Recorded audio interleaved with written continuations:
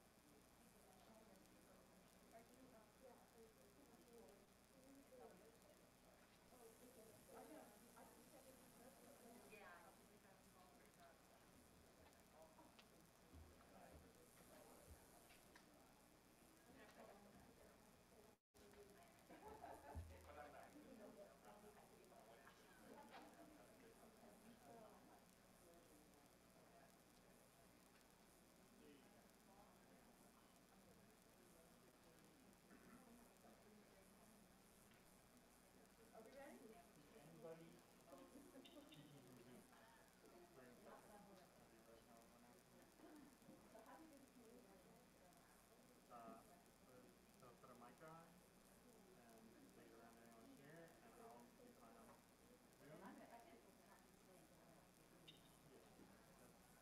But the mic will be live. You can talk to whoever talks, and then if somebody on Zoom raises their hand or sometimes they're all kind of yell at them, and then I'll talk like them.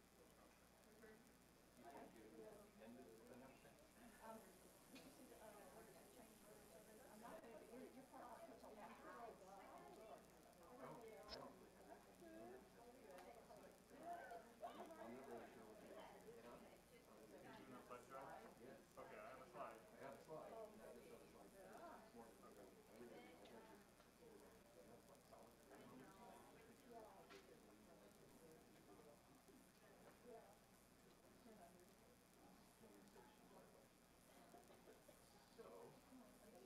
You got this. Yeah, you got it. No, I got it.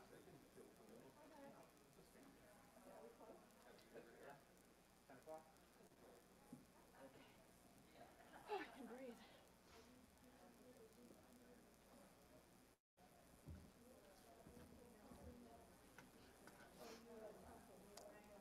Are we ready? Well, good morning. I'd like to invite everybody that's outside to come on in and join us, and let's get our service started. Good morning and welcome to those of you at home on Zoom and those of you here live and in person in the sanctuary. It's so nice to be here. You can all attest to me that I actually do have pants on today, right? On Zoom, you never know. But my name is Katie Boskoff. I'm the service associate today, and I'm so happy to have all of you here, both home and in the sanctuary. Now, a few housekeeping details before we begin. We are recording today's service, and we will turn it off after the service for our community gathering. If you're in the sanctuary, please silence your cell phones and anything else that might make a noise. We do now have a hearing loop. If you are having hearing difficulties, to receive the signal, you manually activate the T-coil, telecoil, or hearing loop that's setting on your hearing aid or your cochlear implant. If you don't wear hearing aids, you can talk to the ushers about checking out a loop receiver. And if you're at home on Zoom, we've now learned that you can access closed captioning. On many devices, the option for live transcript, called CC, can be found at the bottom of the screen. There's one option to show captioning in a box that can be moved on the screen. The other option is to view the full transcript in a format like chat. So welcome, everybody, and now let us begin to enter the spirit of worship by turning our hearts and minds and ears to listen to our prelude. Good morning, Barbara. Is my sound on? Can you hear me? Fanny Mendelssohn Hensel started her life in the Jewish faith, the sister of the famous composer Felix Mendelssohn, and the family converted to the Lutheran faith, basically because of the political climate in Germany.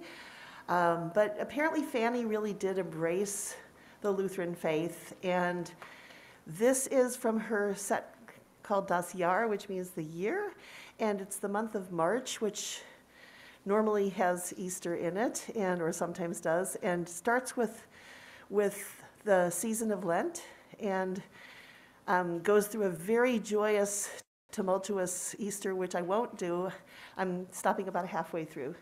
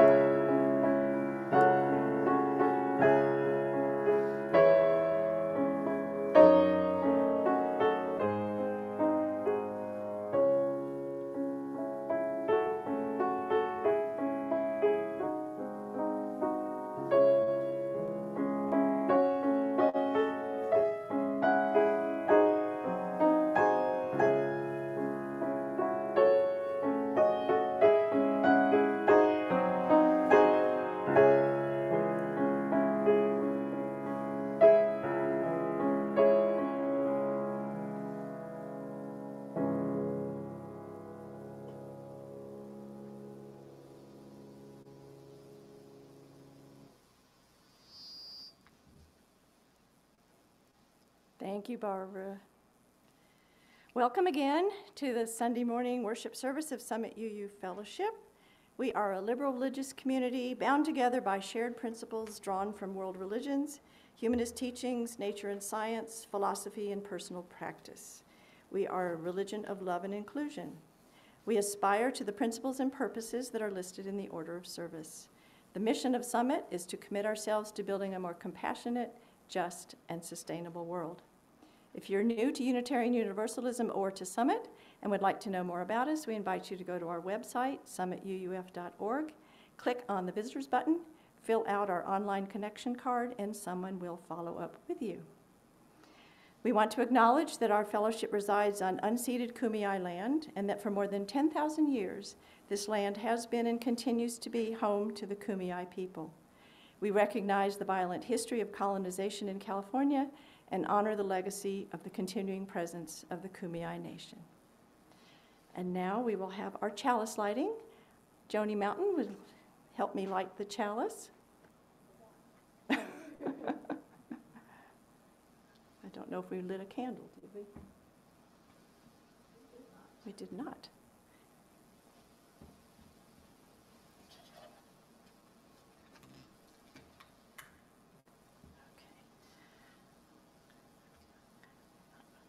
I'm going to share with you the words of Dale Hudson. This is a house of reflection and contemplation, of joy and sorrow, friendship, sharing, and laughter. We light this chalice in remembrance of what we have been and in the hope of what we may become. Thank you, Joni. And now we will sing together. Now, remember, we cannot sing with our mask, so hum as loud as you can. And while you're at home, you can sing while muted on Zoom. So now we will sing our UU hymn in both English and Spanish to reflect the multilingual culture of our region.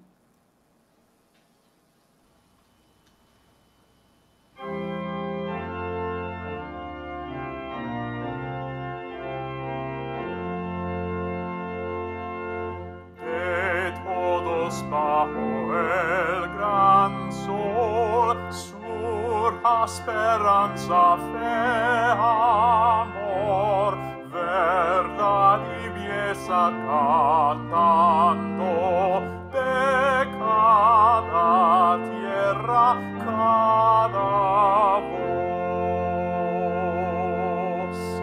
From all who dwell below the skies, let faith and hope with love arise.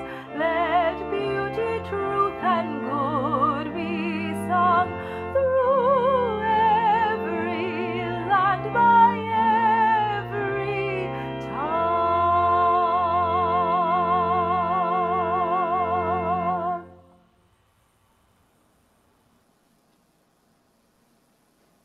There I am. And please join with me in our UU aspiration. May love be the spirit of this fellowship. May the quest for truth be its sacrament and service be its prayer. To dwell together in peace, to seek knowledge in freedom, and to help one another in fellowship. This is our aspiration. And now it's time for the Time for All Ages. Mary Carter-Vale, our Director of Religious Exploration, will be joining us from the RE wing, I believe. There she is. Good morning, Mary. Can't hear you.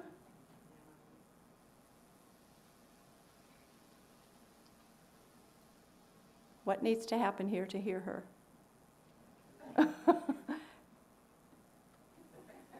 Hi, Mary.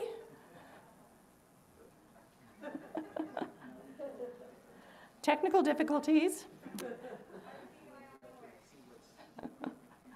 IT is on his way. Anybody remember that show, The IT Crowd? This is IT department. Have you tried turning it off and on again? That's always the first thing to try. Yes.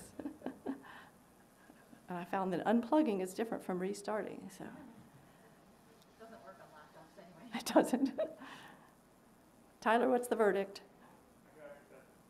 Okay.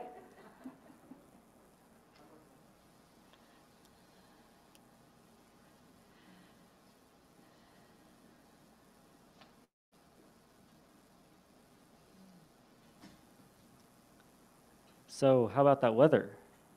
How about that weather? Anybody get rain last night? Wasn't that wonderful? It's supposed to warm up this week. Today is the beginning of Ramadan. Okay, I've got Okay, sound. there we are. Okay. Sorry. Yay. Go for it, Mary. one of the technicalities of Zoom is in order to unmute, you have to be a co-host. And now we've got that resolved. So. Good morning, Iris. I'm live on the service. Oh,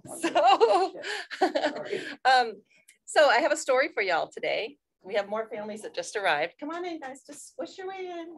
You can wave. So today is the first Sunday in April, and we have a new theme called Awakening. And I wanted to talk to you about that theme. And our RE classrooms this Sunday, as soon as we're done with the story, we're going outside into the tents where we are going to make spring hats from recycled materials. So like this is a hat made from a grocery bag. This is one made from a really elaborate one made from paper. So adults are welcome to come and play with us afterwards if you want to. Now here's my story for you today. So today is the first Sunday in April, right? It's a new month. And we have a new theme for the month. Our theme is awakening. So what does it mean to be awake, guys? What does it mean? Are you sleeping, Simon? Simon's sleeping. What does it mean? What do you think, Phoenix? What does it mean to be awake? It means to keep your eyes open. It means to keep your eyes open. Yep. What else? What does it mean to be awake? What do you think of that, Simon? Blink. To what? Blink. To blink. Yeah, you can't blink if you're sleeping, can you? Well, maybe somebody can. I can't, but I know if I'm asleep, right? So yeah, so what does it mean to be awakened? Do you need to be asleep to wake up, to be awake, to be awakened? So you need to be asleep first and then you get awakened? How about seeds? Last week or 2 weeks ago, we planted the garden, right? And we put in some seeds. This little tiny seed, so I put it on the camera, it's really small. I'm gonna pass these around. You wanna pass these around, Andy, so the kids can see some? This teeny tiny little seed is a cucumber seed. Is it awake? You think that cucumber seed's awake? No, it looks pretty sleepy to me. It doesn't look like a cucumber at all. What does this seed need to wake up? What does it need? Sun and water. What else? What does it need? What did we put in the garden before we planted things? Dirt. It needs soil, nutrients, some nutrients in the soil. So you want like good compost, air. Come on in, guys. You can come on in.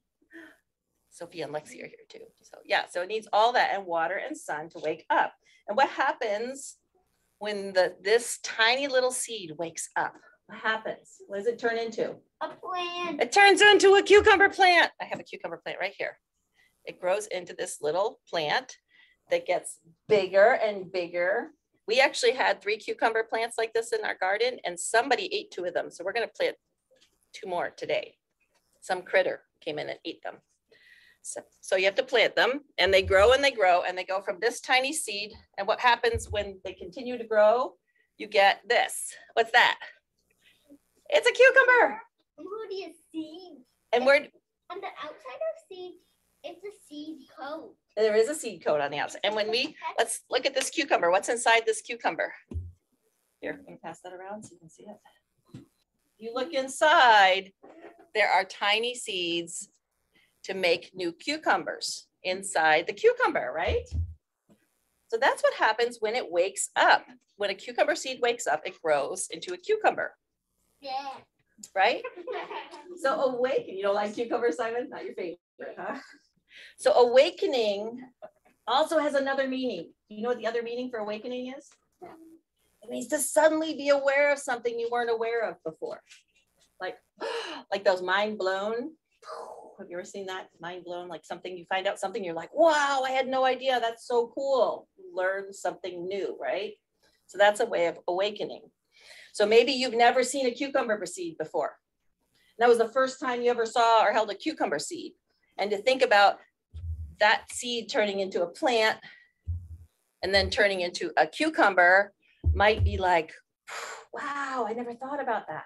But that's what happens to it. It's pretty darn cool. So something else has felt like an awakening. What else has felt like an awakening? Do you know? Has being here felt different, being inside? Has that felt different? Because we've been out in the parking lot a lot. Now we're finally inside. And what about people being in the sanctuary? Is that new? Yeah. Simon, you want to add something?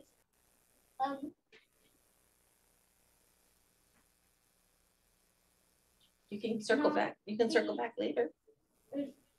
Your everybody in your house. It's like having everybody over in your house, right? No, not being with everybody in your house. Oh, you like not being with everybody in your house, being here together with everybody instead. Yeah, that is a new thing.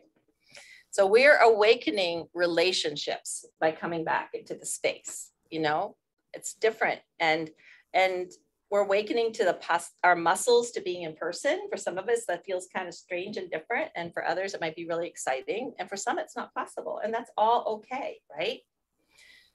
So we're awakening our connections. But just like waking up in the morning, we all awaken to the sudden option of being together in person in our own unique and wonderful ways. So some of us jump in, like do any of you jump out of bed really fast? Who jumps out of bed first thing in the morning? You're a waker-upper. Who likes to lay in bed and just sleep and doesn't want to get out of the covers, right? That's kind of how people are going to be attending. We have some people that just want to jump in and come here right away. And there's other people that might be more comfortable to be at home, and that's okay. Though when you come here, you get to do things like make fun hats, right? But there's also people who can't come because they maybe live really, really, really, really far away. My dad's attending today from Mexico. He lives really, really far away. There's no way he could drive here. It's too far for him. And we have a lot of other people that do that.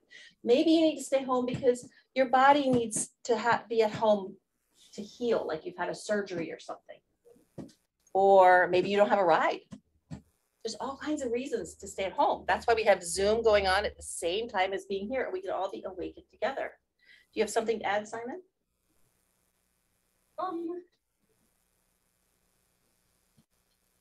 My dad and me had to drive Phoenix and his dad had.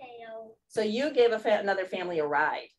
Yes, that's a wonderful way of supporting another family and awakening together. So the magic to awakening is to allow the experience of community to awaken in your heart once again, or maybe even for the first time. And that is what we're experiencing today. So that is my story for you, the awakening cucumber seed. And I hope you enjoyed it. And come and join us for hat making if you're here physically. Thank you, Mary. You're welcome. Thank you. Okay, I guess we're all woke now, right? We do have an announcement this morning about the pledge drive. Josh Barrett, member of the Board of Trustees, has something to tell us about the pledge drive.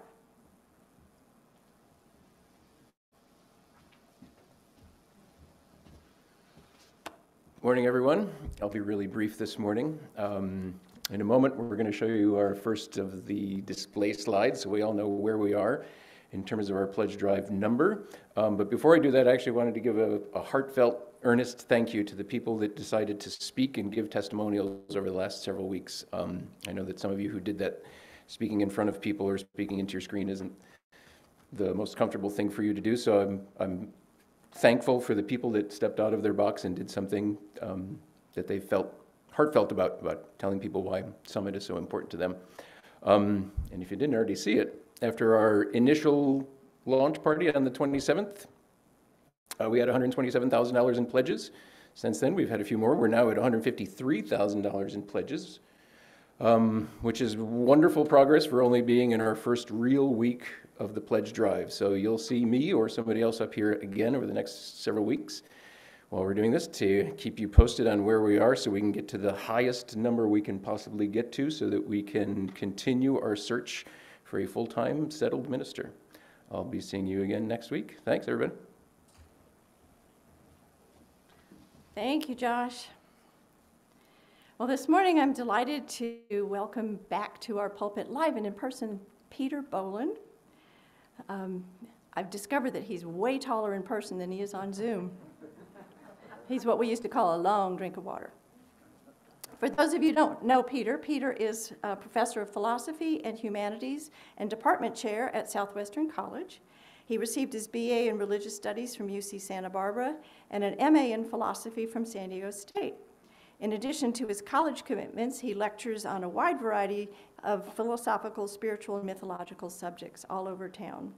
His talks through Oasis and Osher are typically sold out, and he has participated in services and workshops and retreats at several UU congregations, and we are so lucky to have him here in person today. So welcome, Peter. And I'm so glad you have chosen to join us this morning for a time of connection and reflection, and I invite you to stay after the service for our community gathering, where we'll have a chance to give feedback to our speaker or share a joy and concern with a larger group. So welcome, we're glad you're here.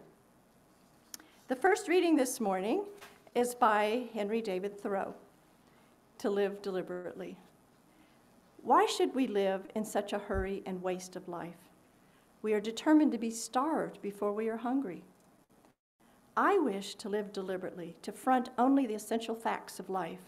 I wish to learn what life has to teach, and not when I come to die discover that I have not lived. I do not wish to live what is not life. Living is so dear. Nor do I wish to practice resignation unless it is quite necessary. I wish to live deep and suck all the marrow of life.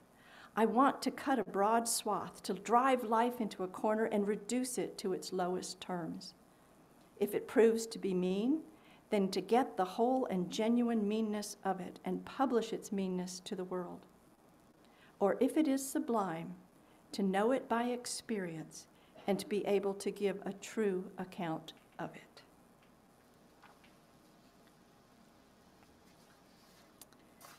And now it's time for our offering. I'll invite the ushers to get ready.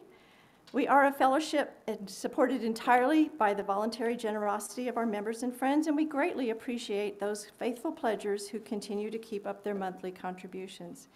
If you are moved to make a contribution today, we encourage you to do so. It's now easier than ever to contribute to our virtual plate. The link can be found in the chat box, and it will take you directly to the donation location. And for those in the sanctuary, the ushers will be happy to accept your donations as they pass the baskets. And now we will gratefully accept your generous donations during the musical interlude. From our hymnal, this is number 261, When Jesus Wept. It's around. We will not be singing it, but I wanted to share the words in the spirit of Lent. When Jesus wept, the falling tear in mercy flowed beyond all bound. When Jesus groaned, a trembling fear seized all the guilty world around. This is William Billings.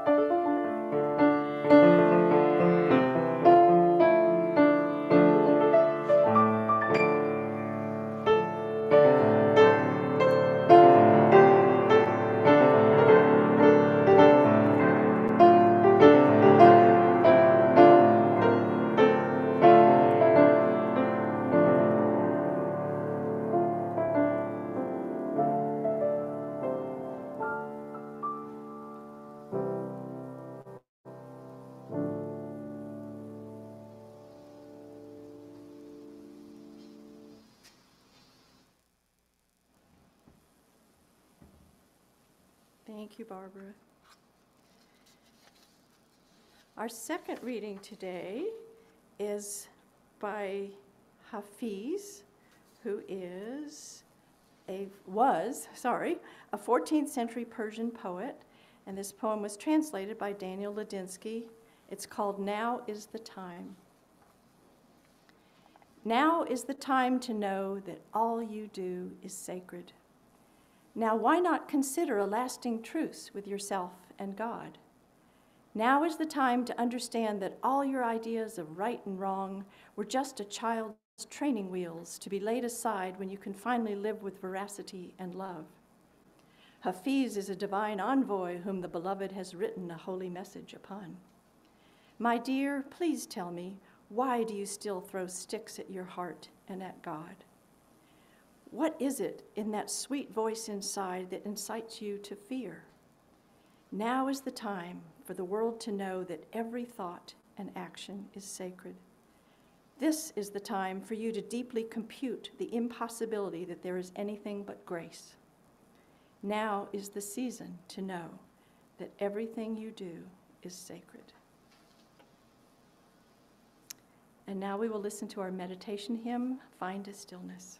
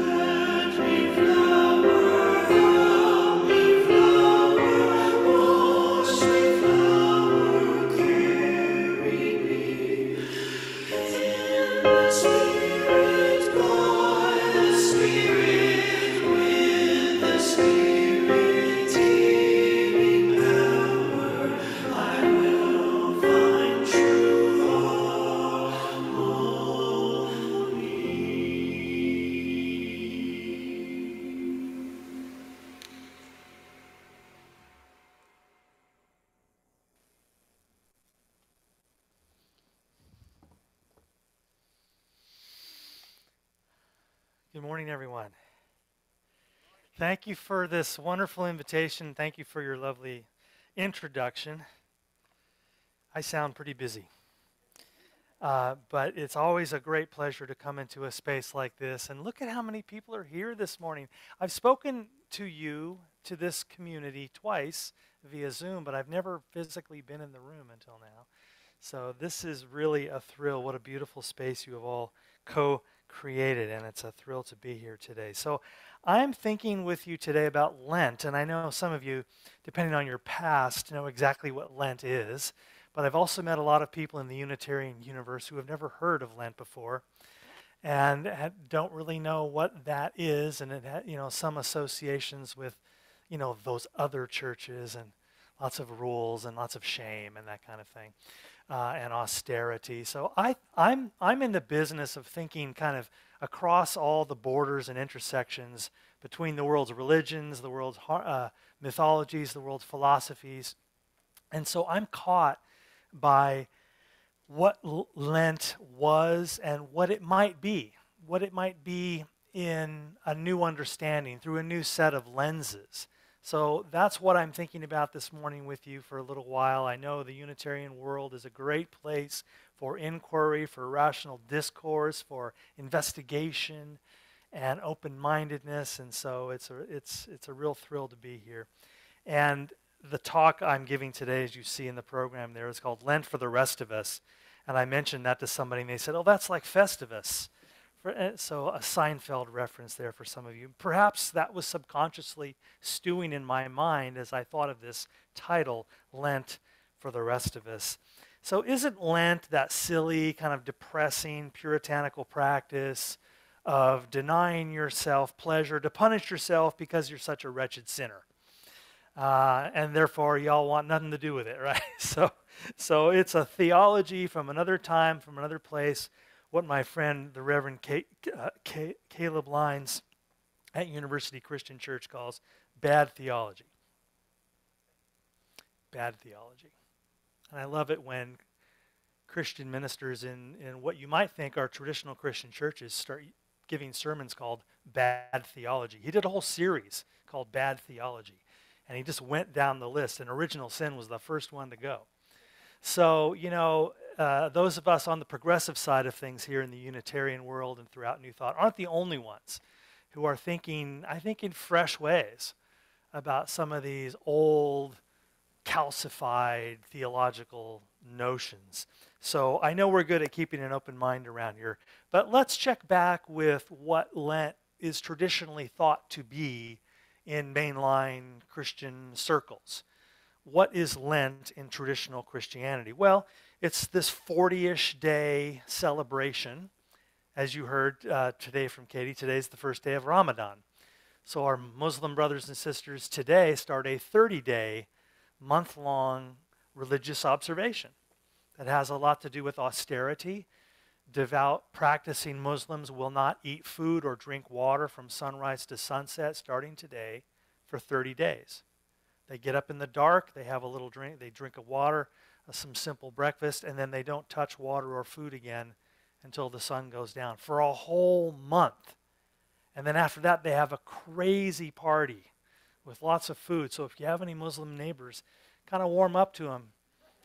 About 3 weeks from now, you might get invited because it's awesome. So Ramadan Mubarak to our brothers and sisters who celebrate. But to me, Ramadan and Lent are really similar, and they're almost similar in length. It's a 4 to 6 week period of kind of what the Buddha would say, living mindfully about what we put mindlessly into our bodies.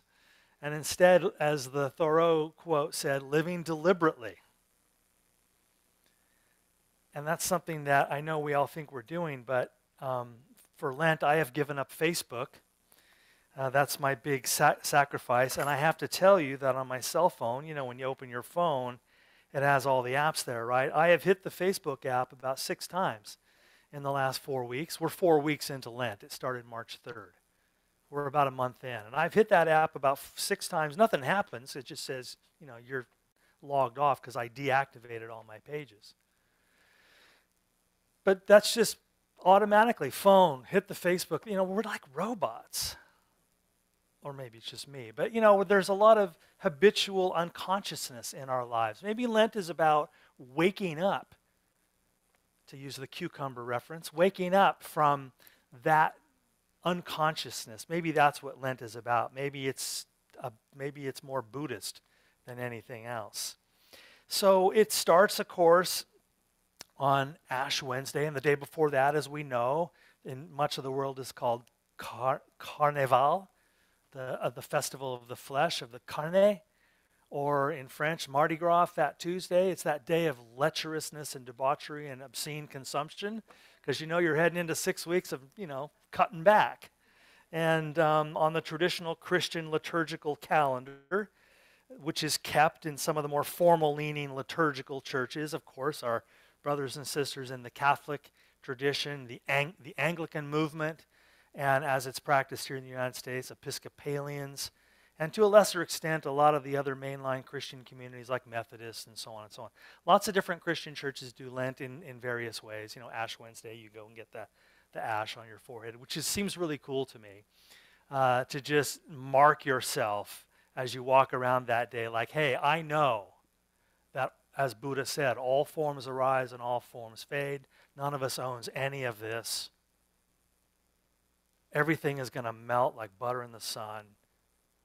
Say yes to that. That's how Lent starts. On the Buddhist meditation of anitya, or impermanence. To not hide from that or deny it, but just walk into Lent knowing humbly that all of this is slipping through our fingers, and that is as it should be.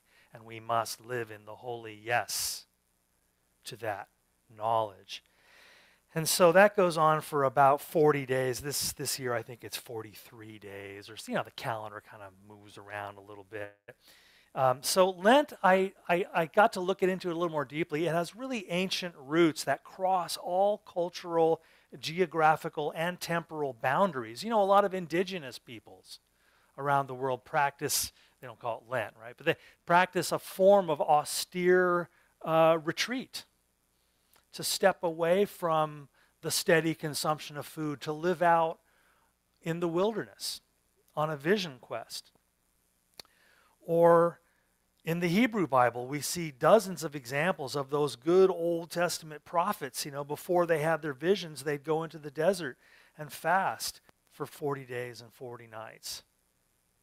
We know that in the book of Genesis, when God destroyed the world with a flood, so the story goes, it rained for 40 days and 40 nights. And then by the time we get up to the time of Moses, 1200 BCE, when Moses liberated the Israelites from bondage in Egypt, they got lost in the desert for 40 years before finding their way back to Canaan.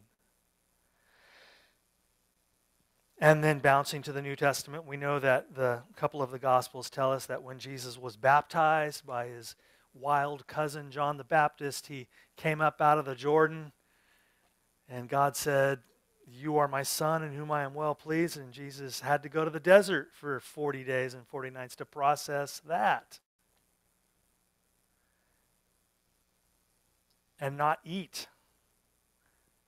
And then Satan comes to him, gives him the 3 temptations. So the number 40 is ubiquitous in the Hebrew and Christian Bibles. It's one of those numbers that just, I guess most of the time it kind of means more than a month, but not quite 2 months. Because a month ain't enough, but 2 months is a little too much. In psychology, there's this idea that if you can do something for 21 days in a row, I'm reading a few articles about this. If you can repeat a behavior every day for 21 days in a row, and in a row is the key part, not just 3 days now and a couple days off and then. Like if you want to quit smoking, just pick a really easy example. I know most of us have already done that years ago. But if you want to quit smoking tobacco, if you can put it down for 21 days, you're done. The physiological addiction to nicotine is over in about 48 hours, but the psychological habit, all that playing with fire and that fun stuff. So 21 days is much shorter than 40, but it's interesting when behavioral science and these ancient practices kind of at least cross paths a little bit. So this is all lined up with the universal religious practice of asceticism. Look at India. We have all kinds of examples in the Indian traditions of Hinduism and Buddhism and Sikhism of people, again, abstaining from whatever's comfortable, abstaining from food, abstaining from pleasure, and abstaining from sleep. They're called in India renunciants. And of course, you know how it goes. Someone can practice these practices, like say Lent, on a very superficial level and on a very deep and authentic and transformative level. Maybe Lent is just giving up chocolate. Maybe for some of you that's a very deep and difficult thing. But for others, it's just, I gave up chocolate, and that's about it. Or I gave up meat, or I gave up sugary soda or something. But it might be an opportunity for us to think about how might we think about going into a Lenten period. And if you haven't started, I know you missed the boat by a month, but that doesn't mean you can't do Lent any old time you want, right? You don't have to do it with everybody else on some ancient Christian liturgical calendar.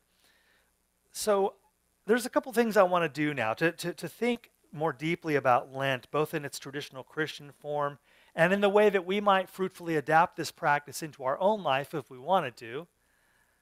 First, let's look at Paul and his understandings of sin, because we have to acknowledge Lent comes from the Christian tradition. And in the traditional Christian tradition, Paul's a pretty big deal. As you New Testament readers know, about half the titles in the New Testament are by him. Paul was a Pharisaic Jew, a member of the Sanhedrin, but not from Jerusalem. He wasn't part of the crew. He wasn't one of the 12 disciples, even though he was a contemporary of Jesus. They were born just a few years apart. Paul is essentially from Turkey, but part of the Roman Empire. And in Paul's letters, like I said, about half the titles in the New Testament are by him, all these famous letters to the Romans and the Corinthians and the Philippians and all that stuff. He makes a basic pitch about sin. And keep in mind, Paul's letters were written decades before the first Gospels were written. Paul's letters were written between the years 45 and 62. And the first Gospel, the Gospel of Mark, was written around 70. And then John as late as 100 and the others in between. So Paul's the first guy that we know of who put pen to paper about this whole Jesus phenomenon, the followers of Jesus, who didn't call themselves Christians, of course. They just called themselves followers of the way. The word Christian doesn't come till the 2nd century. So these people who were caught by this Rabbi Jesus' ministry, by his challenging teachings, people like Paul, who had this famous conversion experience and then became a follower of the Jesus way, although, again, they never met. In Paul's letters, we read things about sin that had an enormous influence on the Christian tradition. Namely, that sin is something you cannot avoid. That sin is unavoidable. You can't outsmart it. You can't will your way out of it. It's inevitable. It's somehow baked in. There's something in us that just makes mistakes all the time. And Paul's really confessional about this, right? He's a powerful writer. He says, how come I know what the right thing to do is, but I keep doing the wrong thing? In other words, knowing what the right thing is not sufficient to do it. You know what the speed limit is when you're out here on 52. That's different than driving the speed limit, isn't it? Knowledge of the law does not make one a law abider. I think we all agree with that. That's pretty self-evident. So Paul says things like, I cannot not sin. He says in his letter to the Romans, my soul longs to be with God, but my members drag me down. And he doesn't mean church members. He means the different parts of his body. And a couple of them in particular. So he's just gnarly. He's just really honest and kind of gross, actually, and truthful. That and by the way, very dualistic. Paul portrays this as a war within. That our body wants to go do all this stuff, but our soul is trying to be with God, and those two things are in conflict. That's Paul's portrait. It may not be yours or mine. But that's Paul's ancient psychology.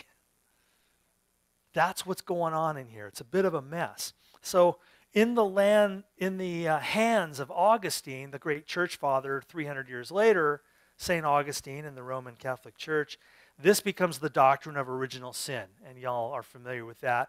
It is the idea that every human being born is born in the nature of sin. That sin is genetically stamped in us, like in my case, having blue eyes. I can't will myself out of having blue eyes. It just is woven into the fabric of my being. So Augustine takes Paul's nascent idea and builds the Catholic dogma, which is shared in many traditional mainline churches, that we are unavoidable sinners, every single one of us, which necessitates the salvation of humanity through the traditional Christian story of the death of Christ on the cross and all that stuff. So Lent, then, in that construct, you see how important Lent is. I mean, we have some house cleans to do, that we have to help God help us by rolling back the amount of sin that we commit anyway. So in this manner of thinking, Lent became one among many practices meant to break the bonds of original sin and at least create some cracks through which God's grace could come into our life and lift us and wash us clean. So in traditional Christian understanding, Lent is about obedience, rooted, and this is me just editorializing, rooted in a deep mistrust of the body. And so you get all that kind of body denial and pleasure denial thinking in some Christian circles. You know, don't listen to that kind of music. Don't pierce your ears. Don't eat this kind of food. All that thinking about purity and impurity, yeah? However, in progressive Christianity, and I'm using that very loosely here, I'm including, of course, the Unitarian Universalist community, also our friends in the CSLs, you know, the Centers for Spiritual Living, what they used to call religious science, and our friends in the Unity movement, and a lot of the Protestant churches in town who talk about all this stuff too, like I mentioned University Christian Church and a bunch of others who, you know, fly the rainbow flags out front, have the BLM sign in the window, just to let everybody know if you're not down with that, maybe you won't like it in here. So there's all kinds of folks who I would put in the sort of loosely labeled progressive Christian camp who are thinking about not original sin, but original blessing. That we are not defined by our mistakes. We are actually built in a condition of blessedness. And that idea was, that term, original blessing, was first coined by the theologian and Episcopal priest called Matthew Fox. And I saw some of his books in your library. By the way, you all have the best church library I have ever seen. And I go to a lot of churches. I got here super early and I didn't want to come in here. And I walked down and I went into the library and just like scanned all the shelves. I can't believe it. It's incredible. And I know you all read a bunch of those books even. That's how they got in there. So it ain't just a store, right? So it was incredible. And there's Matthew Fox and there's all these other amazing people. The Hafiz poem that you read, that book's in there. If you don't know Hafiz, borrow that book today from your library. So what is original blessing? And by the way, that's not a new idea. It was actually it's called the Pelagian heresy. It's one of the heresies the church crushed back in the 3rd century. There was a bishop called Pelagius who debated Augustine. Augustine was debating in favor of the doctrine of original sin, and Pelagius, this priest from Ireland, was down in Rome debating against the doctrine of original sin. He lost the argument, and so the doctrine of original sin became the church teaching. Now, so in New Thought, in the UU movement, and in many Episcopalian churches and other progressive places, the idea of original sin has been abandoned. But rather than set up those two ideas, original sin versus original blessing, as a binary, rather than setting those up as an either or, let's think differently about it. Let's play with this. Let's think about them in a both and way, in a dialectical way, as thesis, antithesis, and then maybe a third statement called the synthesis that takes up a little bit of both earlier ones. Because the people who are preaching original sin, they're not wrong all the way. Don't raise your hand. Any recovering addicts in the room?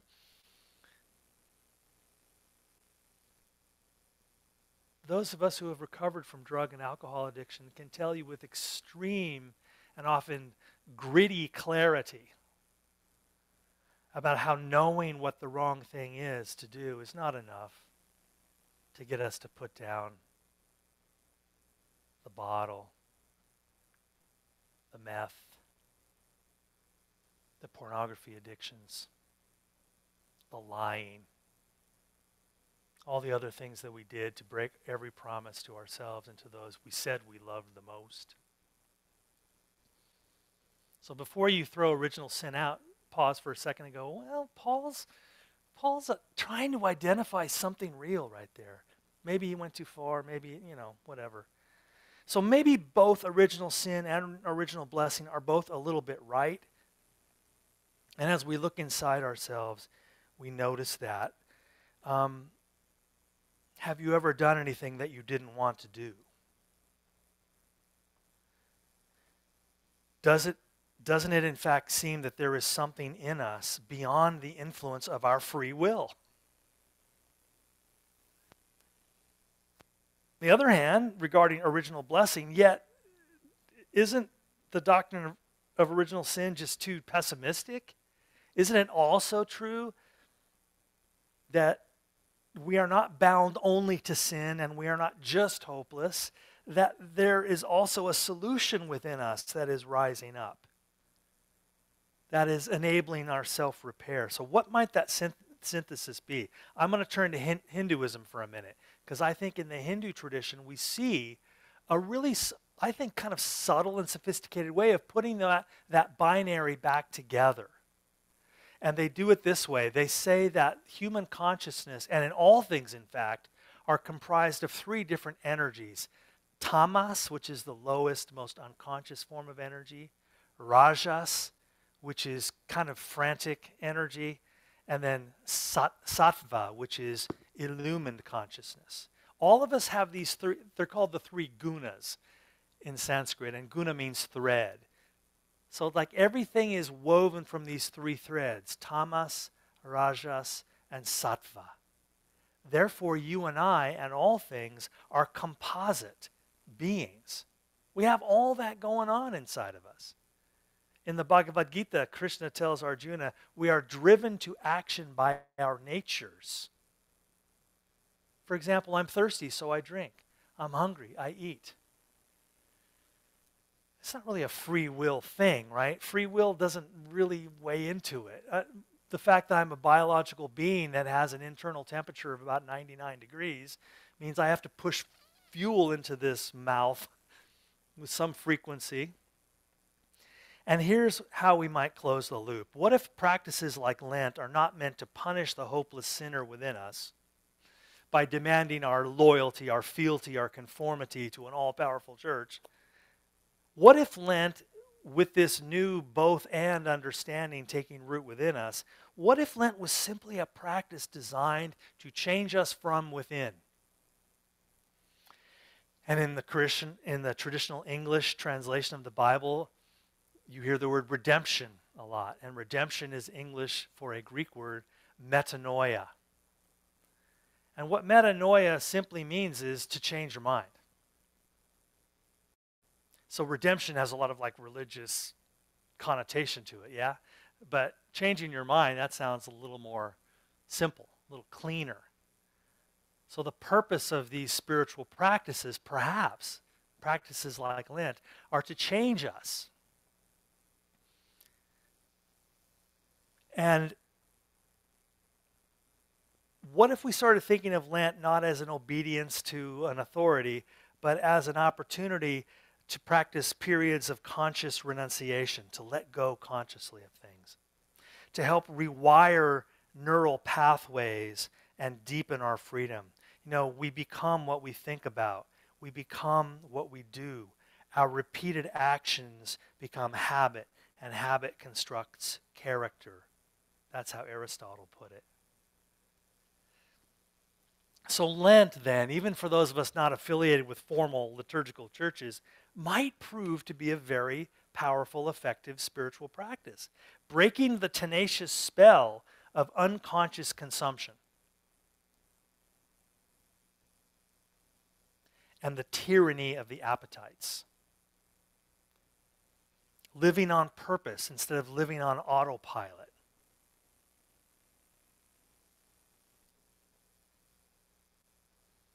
I'll say it again.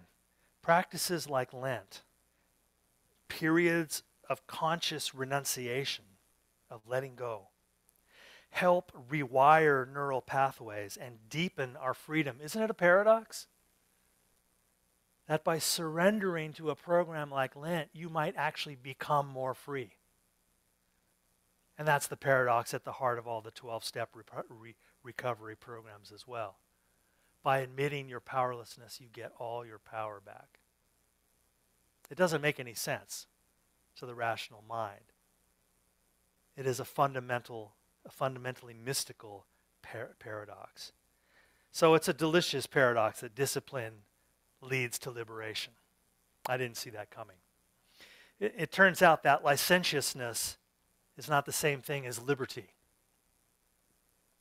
Liberty, it turns out, is not doing what you want all the time. Liberty has a much more interconnected meaning than that. So, what if practices like Lent help us slow down and leave room for more sattva, for more grace, for more higher consciousness? The still, quiet, illuminated levels of consciousness normally drowned out by the din of the appetitive life and the busyness of constant acquisition, constant mindless consumption.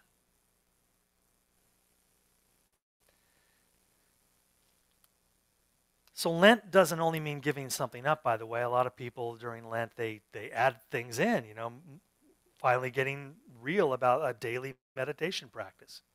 Just for that 40-day period. Not some lifelong commitment that you're never going to keep. But just like bite off a chunk. Okay, for 40 days I'll do this. I'll volunteer more.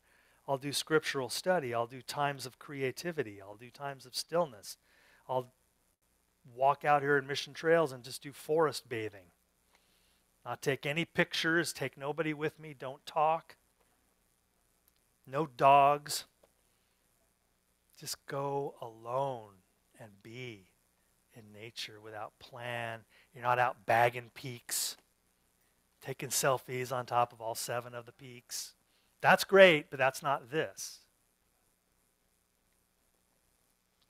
So Lent as the conscious practice of stillness, of idleness, of leaving room for God, the God of your understanding.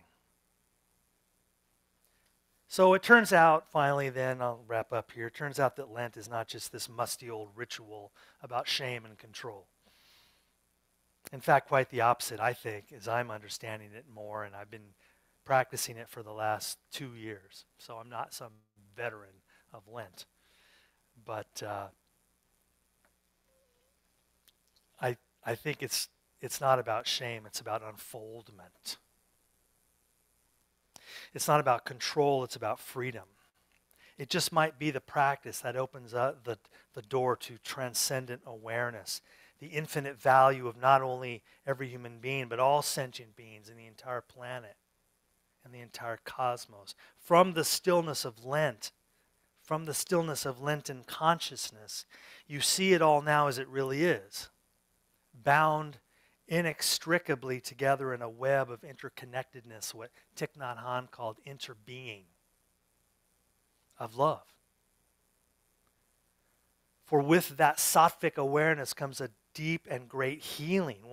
One begins to feel one's own depression and anxiety recede, lose its grip on you.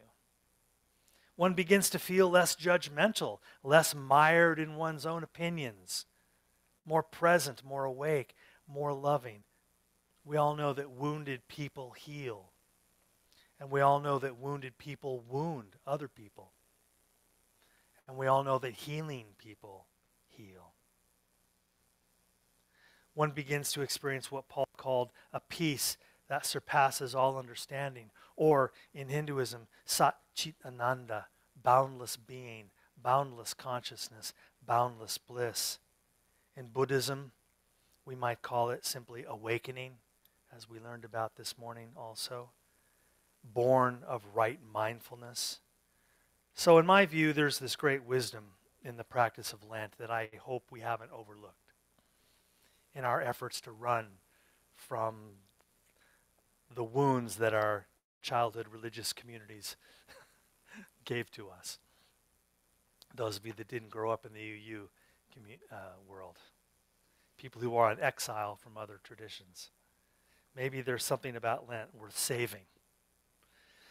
So I invite you to take a Lenten journey with me, and you could start now. You know, as Ram Dass said, we're all just walking each other home. Namaste, everybody.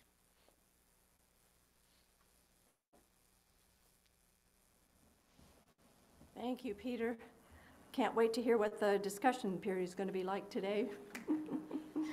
Our closing song today, due to a scheduling change, we will be hearing O Day of Light and Gladness, a UU Easter hymn.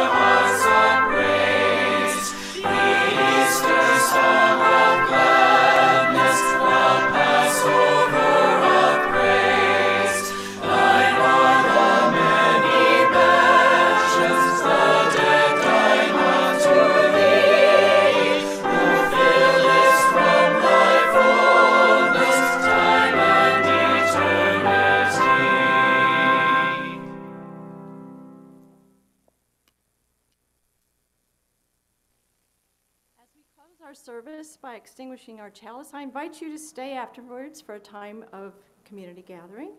And I invite you to come back next week when we will have in our pulpit the Reverend Dr. Arvid Straube in person. His sermon title is You're More Enlightened Than You Think You Are. Sounds like a good follow-up to Peter's talk today.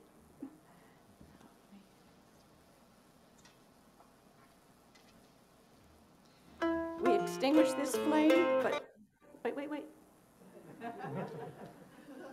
We extinguish this flame, but not the light of truth, the warmth of community, or the fire of commitment. These we carry in our hearts until we are together again. Now, for our closing song, the COVID police say we cannot sing in the sanctuary, so you got to hum as loud as you can and let the video do the singing for us. I don't know about the holding hands, though. Can we hold hands? We did it last week safely, didn't we? Can we hold hands and hum at the top of our lungs? So let us join hands and hum our closing circle song. Okay, yeah.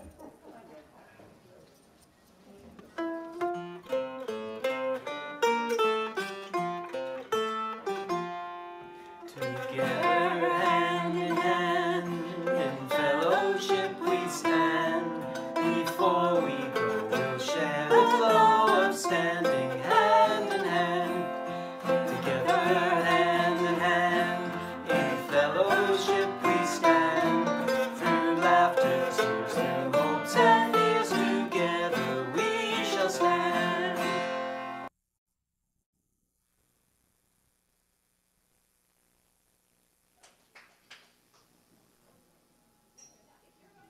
For our community gathering, please stay. If you're not going to stay, please exit quietly so that we can begin our sharing.